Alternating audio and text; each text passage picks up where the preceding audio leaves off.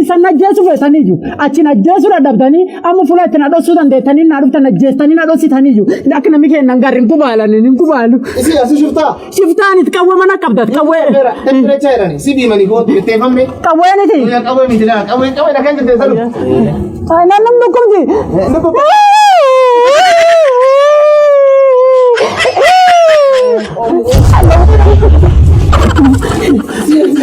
Isa najjeesu feetaniyyuu achi najjeesu dadhabdanii amma fuula itti nadhoosuu dandeettanii na dhuftan najjeestanii nadhoositaniyyuu akka namni kennan garri hin kubaalan hin kubaalu. Isi asi shiftaa. Shiftaan itti qawwee mana qabdat qawwee. Temperature jedhani si diimanii gootu bitteeffamne. Qawweeniti. Qawwee miti dha qawwee na kan jette salu. Namni dhukkubdi.